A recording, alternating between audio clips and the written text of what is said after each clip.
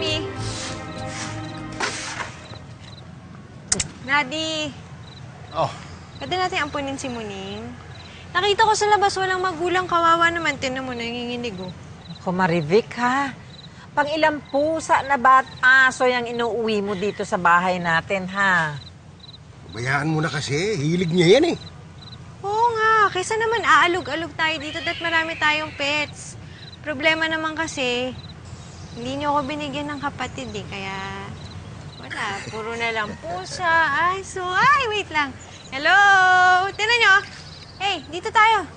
May bago kayong kapatid, oh. Tinan nyo.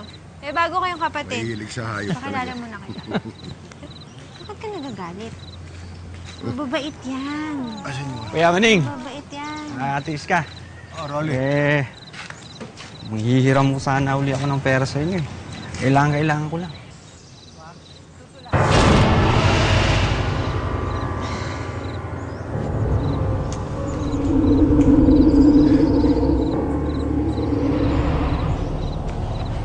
Tito Rolly, umuwi na po kayo ngayon. Magpalit po kayo ng damit. Kung pwede, wag na po kayong umalis. Nasa peligro po ang buhay ninyo. Mami, nakita ko po siya walang ulo. Kamatayan ho ang ibig sabihin nun. Eh, sira ulo pala tong batang to eh. Tatakutin mo pa ako? Oy, hindi ka Diyos para magsabi kong oras ng isang tao. Magsabihan niyo nga tong anak niyo. Buisit na to. Tito! Anak, halika nga. Mami!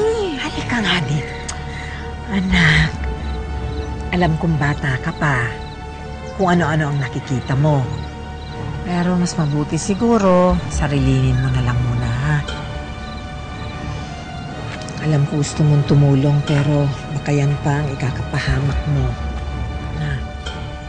Sige na. Bata pa nga lang si Marivic ay clairvoyant na ito. Sila yung mga taong may kakayahang makakita ng mga magaganap sa hinaharap. Iniwan na tayo ni Rolly.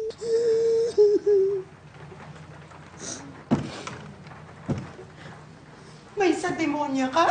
Ha? Kampon ka ng demonyo? Halika rito! Ha? Nagkatotoo yan at sinabi mo sa Tito Rolly mo? Ha? Ano ba? Bakit mo ako pinipigilan, ha? Nasaktan yung bata, wala namang kasalanan eh. Nasasaktan na yung pulyo niya! Ba't pinagtatago yan, ha? Sophia! Hindi po totoo yan. Totoong ampon ka! Mami, ano bang pinagsasabi niya? Daddy, hindi naman po ako ampon, di ba? Hindi po ako ampon. Anak po talaga nila ako. Ano ba pong pinagsasabi niyo? Akala ko ba nakikita mo lahat ang nangyayari sa mga tao, ha? Hindi mo nakita na ampon ka lang, ha? Huwag niyo akong pigilan dahil ampon yan! Hindi naman po totoo, di ba? Mami, hindi. Saglit. Ampon po ba ako? Daddy! Bakit wala kayong masabi? Bakit mo? Hindi ko sinasabi.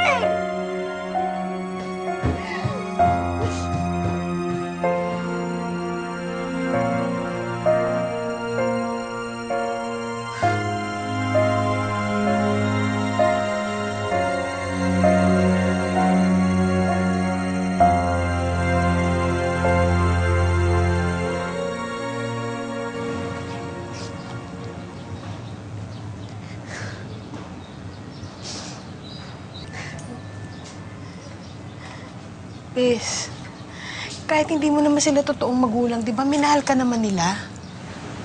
Oo naman. Napalaki naman nila ako ng tama.